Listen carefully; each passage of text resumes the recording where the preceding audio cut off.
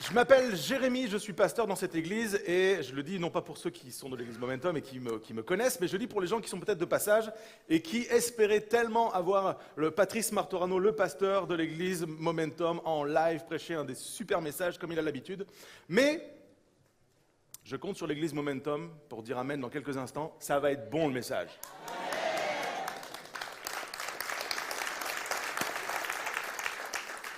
Ça va être bon et je commence avec une question. À qui est-ce que tu ressembles?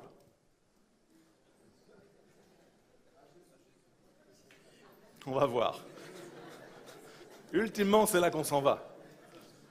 À qui est-ce que tu ressembles? Moi, c'est une question que je me suis posée et que j'aime me poser régulièrement parce que je pense qu'elle est déterminante.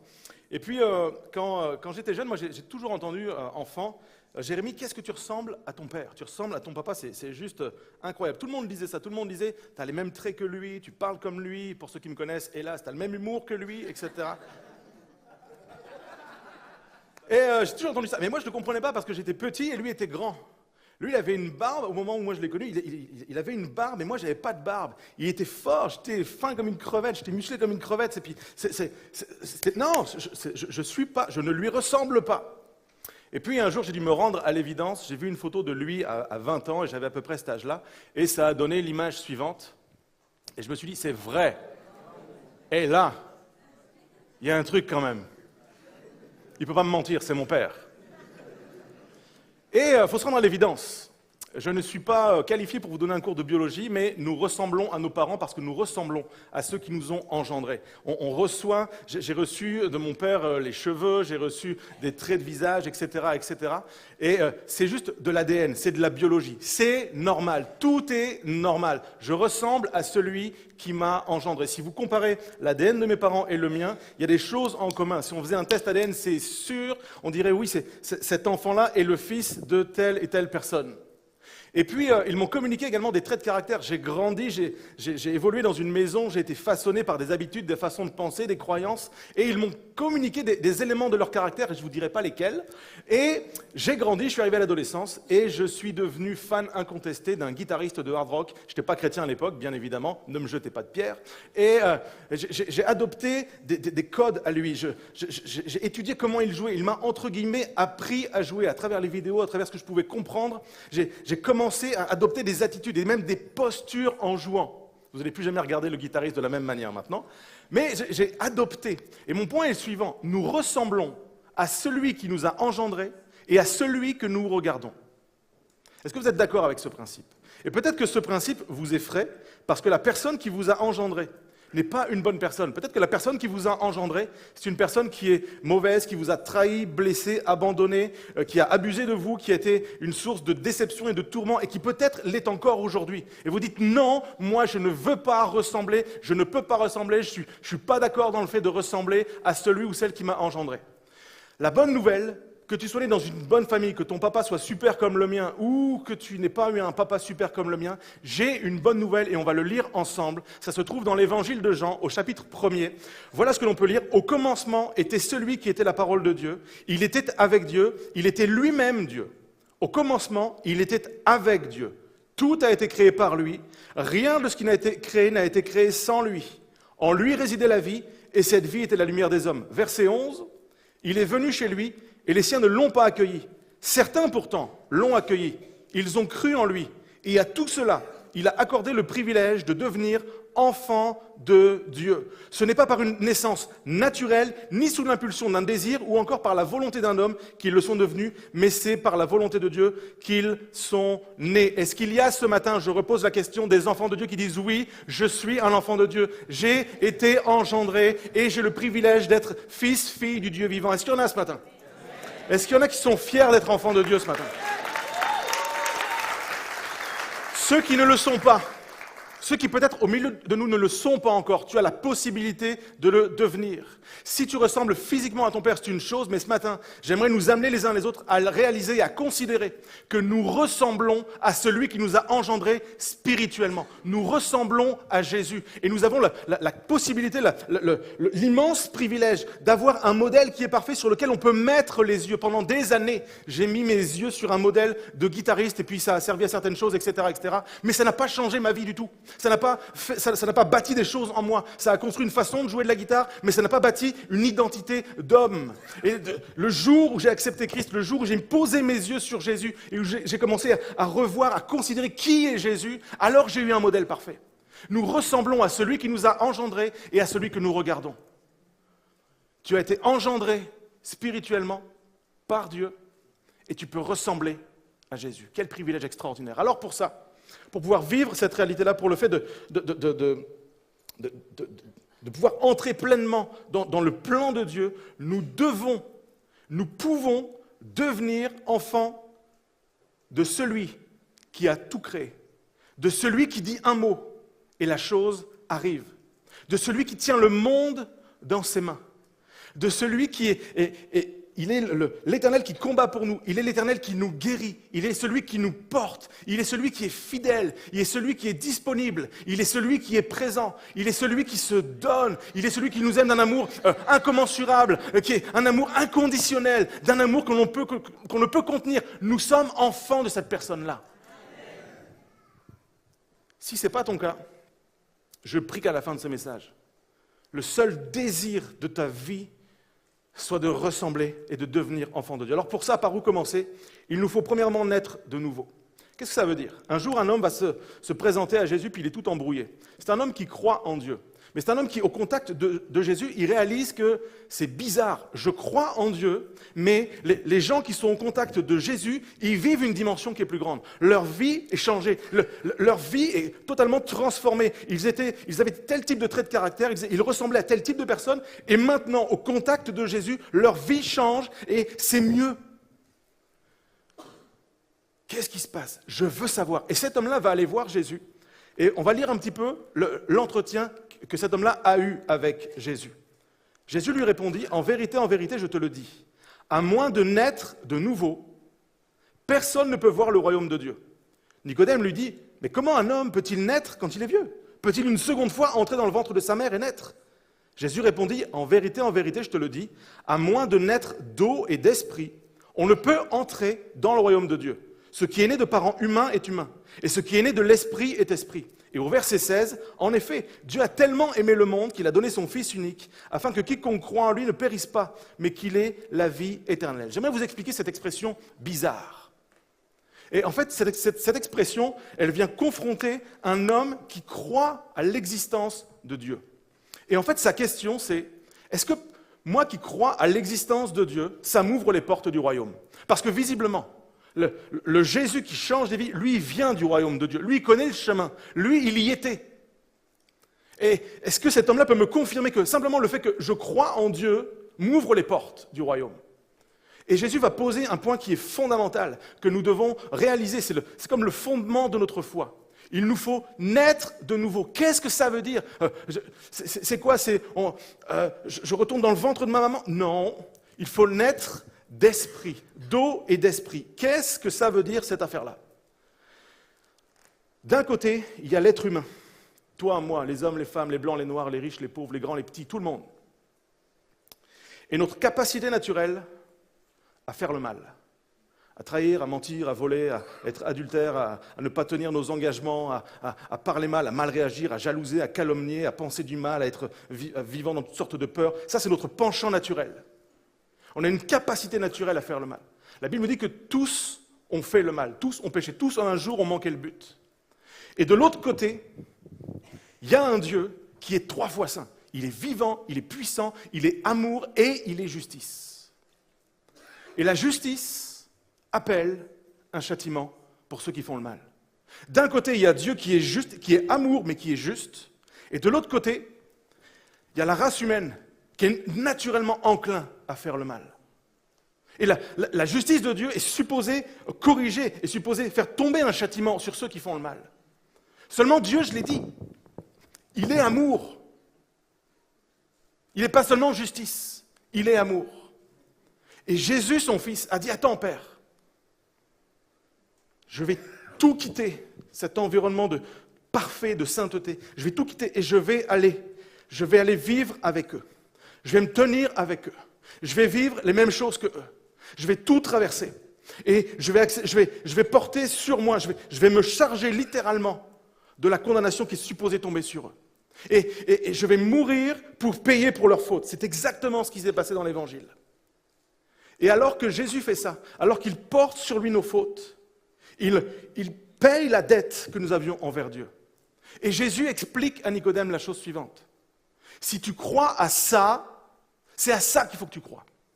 Si tu crois à ça, il se passe quelque chose, c'est que l'Esprit de Dieu est en train de te convaincre que ce que je suis en train de vivre, ce que je suis appelé à vivre, ce que Jésus fait, l'œuvre de Jésus, c'est ce qui me fait naître de nouveau. Et non seulement je suis pardonné quand je demande pardon à Dieu pour mes fautes, pour mes péchés, quand je réalise ce que Jésus a fait, quand je pose mes yeux sur le sacrifice de Jésus, quand je reconnais qu'il est mon sauveur et qu'il est mon Seigneur, non seulement je nais de nouveau, mais je suis réhabilité et j'entre dans une vie nouvelle. Je suis enfant de Dieu, je suis adopté, choisi, pris par Dieu, sorti d'une ancienne vie pour être établi dans une nouvelle.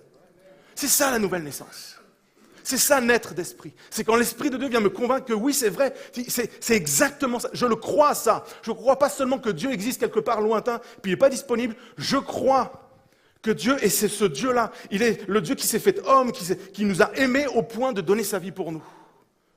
Ça, se laisser convaincre de ça, c'est naître de nouveau. Et c'est ce qui me permet d'entrer dans le royaume, dans une vie nouvelle, dans une nouvelle vie. C'est pas juste, on efface la dette et puis on essaie de continuer comme ça, et puis on se rassure en se disant, ça va, je crois en Dieu, ça va, je crois en Dieu, Dieu m'aime. Non, je vis une vie nouvelle. Il y a un avant ma vie avec Jésus, et il y a un depuis ma vie avec Jésus. Une vie nouvelle.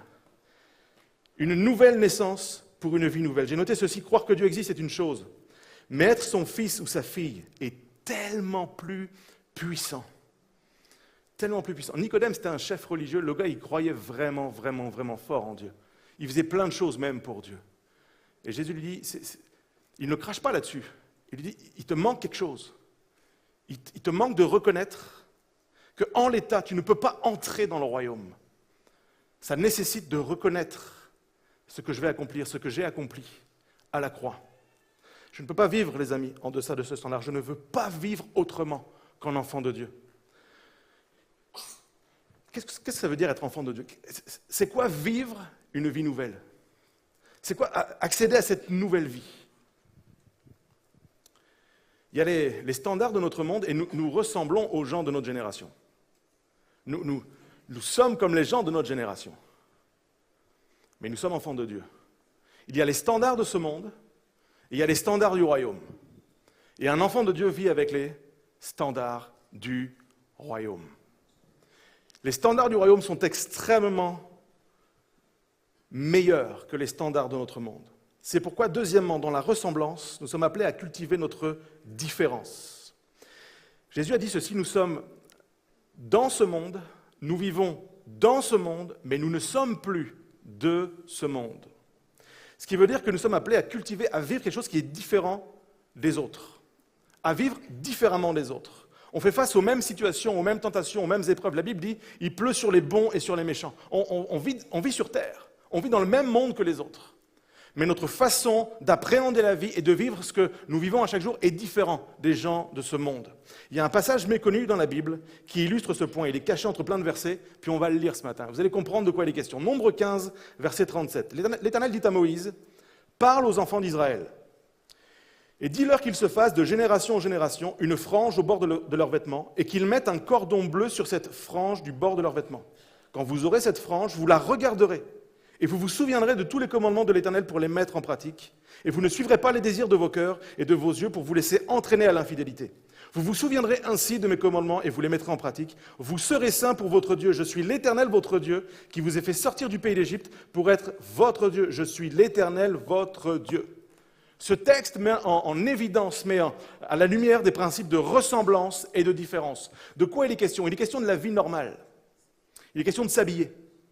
Il est question de la mode vestimentaire. À cette époque, que tu sois enfant de Dieu ou pas enfant de Dieu, le type qui fabrique les vêtements, il y a une technique, une façon de faire les vêtements, c'est qu'on tisse les fibres pour créer un vêtement.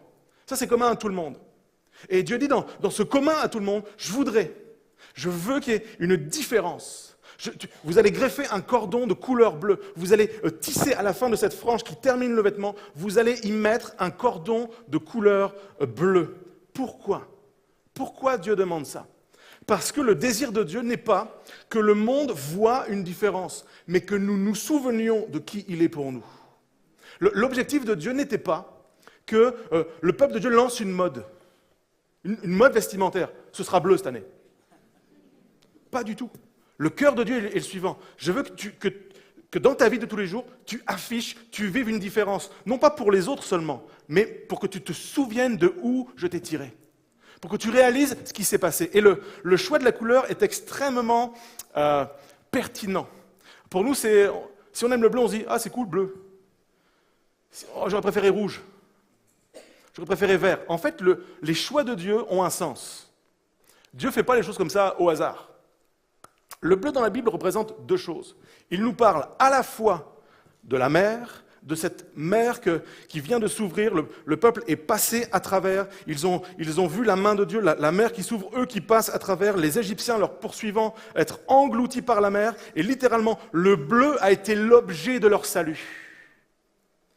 Et la deuxième raison, c'est que le bleu nous parle du ciel, de là où je lève les yeux pour obtenir du secours, de là où je m'en vais, c'est ma perspective, c'est ma destination. Un jour, je vais vivre dans le ciel avec ce Dieu-là. Un jour, je vais passer ma vie avec ce Dieu qui est dans le ciel. Un jour, ma maison, la maison qu'il me prépare, elle est là-haut et je vais aller vivre avec lui là-haut. C'est à la fois, souviens-toi de où tu as été tiré et souviens-toi de là où tu t'en vas, ta destinée. Vis comme ça dans ta vie de tous les jours, en te souvenant que tu étais mort et que maintenant tu es vivant. La perspective, elle est là-haut. Je vais regarder là-haut. Je vais porter du bleu, alors qu'on se comprenne bien. La semaine prochaine,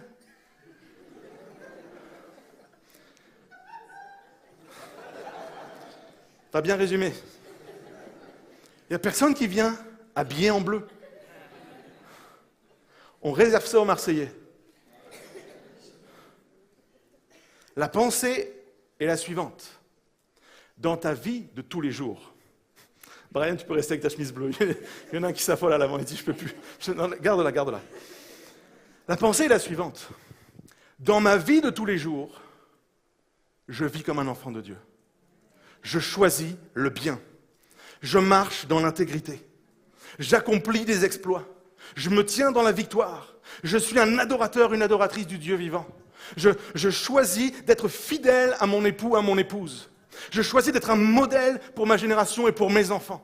Je choisis de gérer justement les finances, de ne pas être dépendant, de ne pas vivre une vie jamais contente, jamais satisfaite. Je me réjouis de la bénédiction que l'Éternel m'accorde. Je vis dans les sentiers de Dieu. Je marche dans les sentiers de Dieu. Je suis un enfant de Dieu. Je vis comme un enfant de Dieu parce que je suis enfant de Dieu.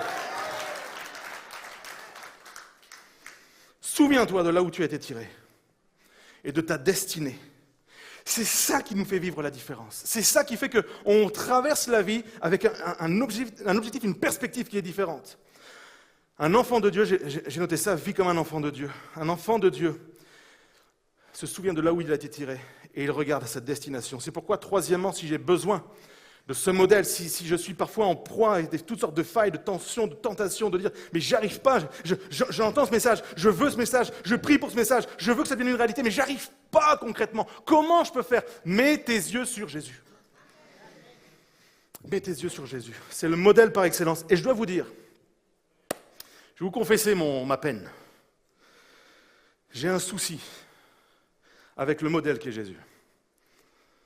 On en parlait cette semaine avec Philippe. Dans notre monde, on a notre modèle de Jésus. On a notre façon de voir Jésus. Les médias ont forgé, façonné, parfois les églises ont forgé et façonné un modèle de Jésus. Excusez-moi si je vous choque, mais ça va me faire du bien et après je vais repartir. Vous avez d'un côté une espèce de Jésus, super babysitter. Laissez venir à moi les petits-enfants et surtout ne les empêchez pas. Puis on a une image, une espèce de description, de dessin, de peinture avec un Jésus, un halo de lumière autour, des cheveux longs, lisses, etc., les yeux bleus, qui prend des enfants dans ses bras et qui les bénit. Et puis on a une espèce un bisounours. C'est pas acceptable. Et de l'autre côté, on a une espèce de Jésus, baba cool, peace and love. Il faut aimer tout le monde. Il faut aimer tout le monde. On se fâche plus, on excuse tout, on pardonne tout, on aime tout le monde. Mai 68. Espèce de Jésus hippie. Ça y est, ça va mieux. Jésus était doux et humble de cœur. Jésus nous a commandé d'aimer notre prochain sans condition. Mais Jésus est un conquérant. Jésus est un homme droit, intègre, fidèle, courageux, travailleur, un homme qui se donne, un homme qui est un modèle, qui incarne le modèle, un homme qui marche de victoire en victoire, un homme qui fait face aux mêmes défis que nous, un homme, la Bible nous dit, il a été tenté comme nous en toutes choses, donc il peut savoir, il comprend ce que l'on vit, un homme qui a traversé la vie avec droiture, un homme qui a fait du bien, un homme qui s'est donné, un homme qui a trouvé du sens à sa destinée, un homme qui est mort pour nous. Un homme qui a dénoncé l'hypocrisie, qui a dénoncé le mal et qui a vécu dans le bien. Il ne l'a pas dénoncé pour le dénoncer, il l'a dénoncé pour le corriger, pour dire on peut vivre autre chose parce qu'on est enfant de Dieu. Le modèle, c'est Jésus. Si tu ne sais pas quoi faire, relis l'Évangile et regarde comment vivait Jésus. Tu vas tomber sur ce passage où il s'occupe des enfants. Tu vas tomber sur ce passage où il nous encourage à aimer tout le monde. Mais tu vas tomber sur Jésus, celui qui parcourt des territoires, celui qui part à l'aventure, celui qui prend les hommes et il les forge. Et puis les gars, c'est des bonhommes. Et comme nous, il a son lot d'épreuves et de tentations. Et ce matin, j'aimerais qu'on mette les yeux pour un instant sur la plus difficile épreuve qu'il a dû surmonter. On va aller avec lui dans le jardin de Gethsémané. Dans l'évangile de Matthieu au chapitre 26, voilà ce qui est écrit. Là-dessus, Jésus se rendit avec eux dans un endroit appelé Gethsémané, et il dit aux disciples, « Asseyez-vous ici, pendant que je m'éloignerai pour prier. » Il prit avec lui Pierre et les deux fils de Zébédée, il commença à être saisi de tristesse et d'angoisse. Il leur dit alors, « Mon âme est triste à en mourir, restez ici et veillez avec moi. » Puis il avança de quelques pas, se jeta le visage contre terre et fit cette prière, « Mon Père, si cela est possible, que cette coupe s'éloigne de moi. Toutefois, non pas ce que tu veux, mais non pas ce que je veux, mais ce que tu veux. » Il revint vers les disciples qu'il trouva endormis, et il dit à Pierre, « Vous n'avez donc pas pu rester éveillé une seule heure avec moi? Restez vigilants, priez pour ne pas céder à la tentation. L'esprit est bien disposé, mais par nature l'homme est faible. » Il s'éloigna une deuxième fois, il fit cette prière, « Mon Père, s'il n'est pas possible que cette coupe, que ce défi, que ce challenge, que cette montagne, que cette mort à laquelle je dois faire face, que cette destinée qui est la mienne s'éloigne, alors que je la boive, que je la vive, que j'aille au bout et que ta volonté soit faite. » Alors que Jésus est sur le point de traverser une épreuve terrible, il va être trahi, crucifié, battu, humilié. On va se partager ses vêtements. On va le faire souffrir d'atroces souffrances. C'est une torture sans nom. Tous, on aurait fui, trouvé des soutiens, pris un avocat, parlé mal, on se serait battu, on aurait fait toutes sortes de choses. Jésus, il va retrouver ses amis. Il les prend avec lui, il dit on va les prier ensemble. On a un défi en face de nous, il y a un géant à conquérir, il y a un ennemi à faire tomber. On va le confronter, on va y aller, puis on va gagner. Et pour ça, on doit se tenir dans la prière ensemble, être vigilant, veiller et prier. Soyez intentionnels dans ce domaine-là. Faites de ce moment-là votre priorité, c'est un engagement pour votre vie. Et alors qu'il fait ça, alors que c'est lui qui aurait eu besoin d'être encouragé, parce que lui est saisi d'angoisse, c'est lui qui va le vivre. Il est encore en train d'encourager son équipe. Veillez et priez. Et alors qu'il le fait, alors qu'il le dit, il le fait, il va se rejeter à nouveau face contre terre, il va commencer à prier et intercéder. Et il prononce ces mots. Non pas ce que je veux, il n'a pas envie, il ne veut pas y aller. Mais ce que tu veux, toi, mon Père. Et je me suis posé la question, est-ce que Dieu peut vouloir que son fils soit torturé? Est-ce que Dieu peut vouloir que son fils soit trahi, abandonné, humilié? Est-ce que son fils peut vouloir, est-ce que Dieu le Père peut vouloir ça pour son fils? Assurément non. Va-t-il renoncer? Va-t-il changer de plan? Va-t-il trouver un autre Jésus? Va-t-il trouver une autre solution pour manager? Non. Dans l'intimité de la prière, dans l'intimité avec le Père va communiquer au Fils la dose de courage, la dose de détermination, la dose de passion, la dose de possibilité pour rendre l'impossible possible, passer à travers la mort et conquérir un champ nouveau, le royaume de Dieu pour nous, ses enfants. Ça, c'est ce qui s'est passé à Gethsémané. C'est là que Jésus l'a gagné. Oui, il a triomphé à la croix, il était jusqu'au bout, mais là, il a reçu la dose de courage pour aller jusqu'à la croix. J'aimerais m'adresser ce matin à tous les hommes et à toutes les femmes qui ont en face de eux, peut-être pas la crucifixion, peut-être pas la torture, peut-être pas ceci ou cela, mais qui ont en face de eux des défis, des géants, des choses ça me fait peur. Je suis saisi d'angoisse à l'idée j'ai peur dans mon boulot, j'ai peur dans mon couple, j'ai peur avec mes enfants, j'ai peur dans mes finances, j'ai peur dans l'église, j'ai peur partout. J'ai peur. Puis le soutien ne vient pas de tes Pierre, de tes Jacques et de tes Jean, des gens que tu voudrais prier avec eux. Et le Père te dit, rendez-vous à Gethsémane. Viens, mon fils, viens, ma fille. Il n'y a pas d'autre voie que celle que tu as à vivre. Mais je vais te donner le courage, la force, tu vas sentir mon soutien, mon appui pour passer à travers et conquérir un champ nouveau. Nous ne sommes pas appelés à être victorieux, mais à être plus que victorieux. À être des hommes et des femmes qui développons une mentalité de conquérant. On traverse, on gagne, on y arrive. On va y arriver, les amis. On va faire face à toutes nos peurs. La mort est au rendez-vous, j'ai pas peur, je vais y aller.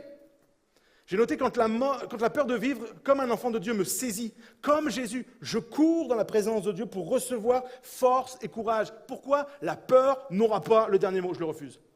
Je refuse. Je ressemble à Jésus, je suis un enfant de Dieu, je pose mes yeux sur le modèle. Pendant que Dan revient au piano, j'aimerais terminer ce message et tordre le cou à une idée reçue. J'ai longtemps cru, et je croise souvent des gens qui partent du principe, qui croient à cette folie, que de vivre comme un enfant de Dieu, c'est un moins. Si je vis comme un enfant de Dieu, c'est frustrant. Je ne peux pas vivre comme les autres. Je ne peux plus faire ceci, je ne peux plus aller là. C'est comme une idée que pour être un chrétien, en gros, c'est « Ok, le jour où j'accepte, je me mets en apnée et puis j'espère que Jésus va revenir vite, parce que moi je vais craquer. » Elle est où la vie abondante? Elle est où la vie avec Jésus? Elle est où la vie de victoire, de triomphe, de conquête? Elle est où la vie qui vaut la peine d'être vécue? C'est bon de vivre comme un enfant de Dieu. Je vais lancer une bombe. C'est bon d'être fidèle à sa femme. Toutes les femmes ont dit Amen. Et c'est bon pour une femme d'être fidèle à son mari. C'est bon d'être honnête. Attends. C'est bon de payer ses impôts. C'est bon de dire la vérité. C'est bon d'être vrai. C'est bon d'être capable de dire à ses amis, je suis saisi d'angoisse, j'ai peur, je n'arriverai pas à le traverser. Mon âme est dans l'angoisse. Venez et priez avec moi. Ouais, c'est bon la vérité, ouais. À qui on l'a dit? Vivre comme un enfant de Dieu, c'est pas dire ouais. Vivre comme un enfant de Dieu, c'est pouvoir dire, les gars, Bonnie, viens prier avec moi. Néhémie, viens prier avec moi. Venez les gars, venez. Approchez-vous. Viens avec moi. Moi, pasteur dans cette église, j'ai besoin de vos prières. J'ai besoin que vous priez pour moi. Moi, je prie pour vous. Je prie pour vous dans votre rôle de leader, dans votre rôle de gars impliqué, de modèle pour nos collégiens. Mais vous, je vous demande de prier pour moi. Priez que je ne tombe pas. Priez que dans tout ce que je peux vivre, je ne sois pas un moment marqué par un coup de folie ou écrasé au point de m'effondrer. J'ai besoin de vous, les gars. Je vous dis la vérité. Et je la dis devant tout le monde. Je fais face au même combat que vous. Je dois combattre l'immoralité. Comme tout le monde. Je dois combattre les pensées de mort. Comme tout le monde. Je dois combattre mon appât du gain, comme tout le monde. Je dois combattre le fait de ne jamais être satisfait. Je dois le combattre. J'ai besoin de vos prières. Veillez et priez avec moi. Puis ensemble, on va traverser puis on va gagner. Vous êtes avec nous? Est-ce qu'on peut se lever ensemble? Merci les gars. J'aimerais qu'on fasse quelque chose. J'aimerais qu'on fasse quelque chose ce matin. Je vais vous demander de fermer les yeux, mais je vais vous demander de tenir votre tête haute. Avec courage, dignité et honneur. Je sais que alors que je prononce ces mots, alors que je prêche ce message, tous ceux qui disent, mais tu sais, je crois à ce que tu prêches, mais moi j'ai échoué. Moi, j'ai été malhonnête, j'ai été infidèle, j'ai été ceci, j'ai été cela. Et en fait, ta peur aujourd'hui, toi, tu as peur de Dieu. Tu as peur de ton Père qui est dans les cieux. Et ça, c'est une ruse que l'ennemi a pour t'empêcher de vivre pleinement la vie que le Père a pour toi.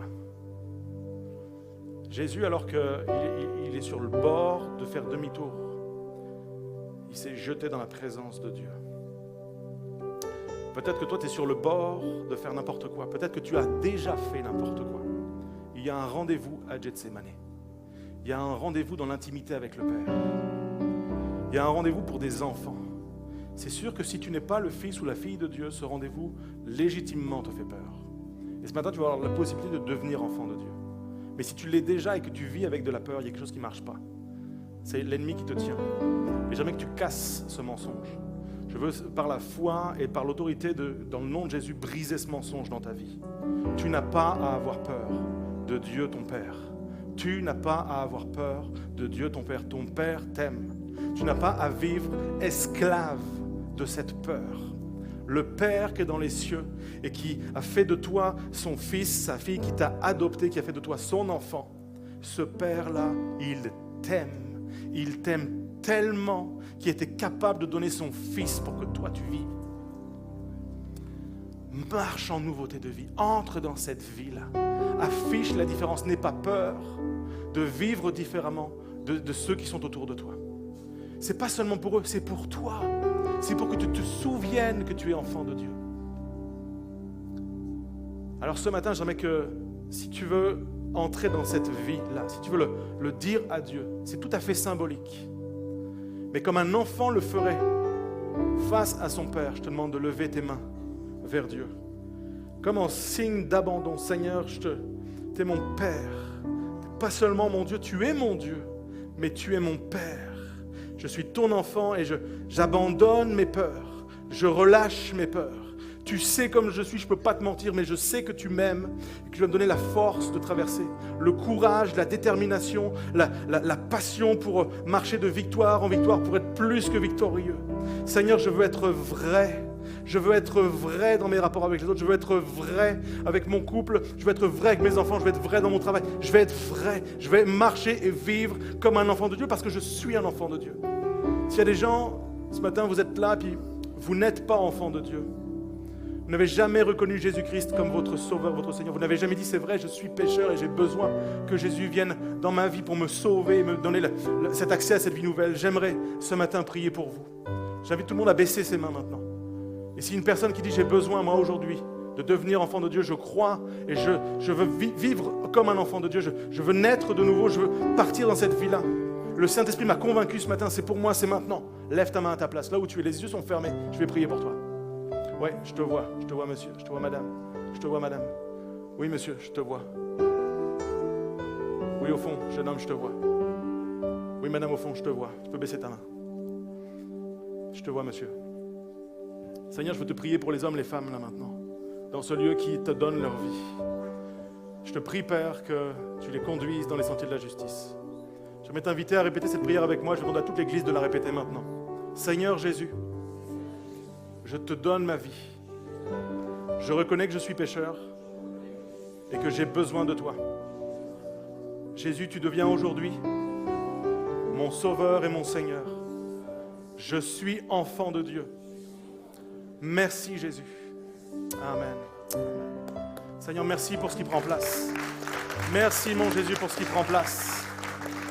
Seigneur, ce matin, nous allons déclarer que nous ne sommes plus esclaves de la peur. Non, Seigneur, tu es notre Dieu et on veut le confesser, on veut le déclarer ensemble. Est-ce qu'on peut chanter ça avec l'équipe de louange, avec Dan?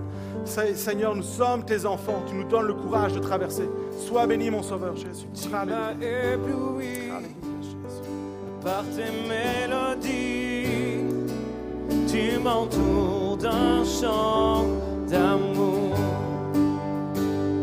chant de délivrance devant mes ennemis. Toutes mes craintes s'enfuient. Je ne suis plus esclave de la peur. Je suis enfant de Dieu.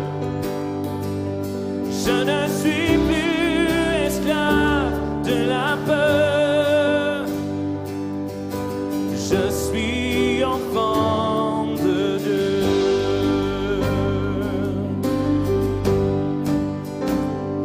Avant ma naissance, tu m'avais choisi, appelé par mon nom.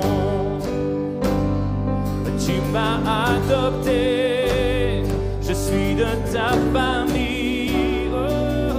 Ton sang coule dans mes veines. Déclare-le, je ne suis plus esclave de la peur, non, je suis enfant de Dieu. Je ne suis plus esclave de la peur, je suis enfant de Dieu. Encore une fois, je ne suis plus esclave de la peur, je suis enfant de Dieu. Je ne suis plus esclave de la peur, je suis enfant de Dieu. Avant qu'on chante la suite de ce chant, j'aimerais que tu t'adresses à Dieu, comme Jésus a pu le faire. Que tu t'adresses à ton Père céleste et que tu lui dises, je me sens faible, je ne me sens pas capable face à telle ou telle situation. Mais Seigneur, non pas ma volonté, non pas mes penchants naturels. Je suis ton enfant, je te ressemble. Tu m'as donné les forces, les traits de caractère et les capacités pour accomplir ce que je ne peux pas accomplir par mes propres forces. Alors Seigneur, oui, je crois que je vais me lever ce matin, je vais quitter ce lieu, tu vas fendre la mer, je vais passer à travers et je vais être victorieux et je vais gagner sur ce que l'ennemi a voulu me faire croire que j'allais perdre. Seigneur, c'est pas un moins de vivre avec toi, c'est un plus, c'est bon de vivre avec toi. Il y a plus de vie, il y a plus de paix, il y a plus de joie, il y a plus d'accomplissement, il y a plus de possibilités, il y a plus de ton esprit, il y a plus de ta présence, il y a plus de rencontres, il y a plus de force, il y a plus de tout. Seigneur, je viens et je me tiens devant toi et je passe à travers parce que tu es mon Dieu et que je suis ton enfant. Alléluia, Seigneur Jésus, tu fends la mer pour moi et je peux la traverser. Mes peurs Tu fends s'effondrent. la mer, tu fends la mer et je peux la traverser. Mes peurs se noient dans ton amour. Oh, tu m'as sauvé, alors je peux chanter. Je suis enfant de Dieu. Tu fends la mer, tu fends la mer et je peux la traverser. Mes peurs se noient dans ton amour. Oh, tu m'as sauvé, Seigneur, tu m'as sauvé, alors je peux chanter. Je suis enfant de Dieu. Je suis enfant de Dieu. Je suis enfant de Dieu. Est-ce qu'on pourrait, quelques instants, applaudir Dieu, le remercier pour sa grâce ce matin, la vie qu'il répand dans ces lieux? Est-ce qu'on pourrait l'acclamer plus fort que ça? Un Dieu vivant!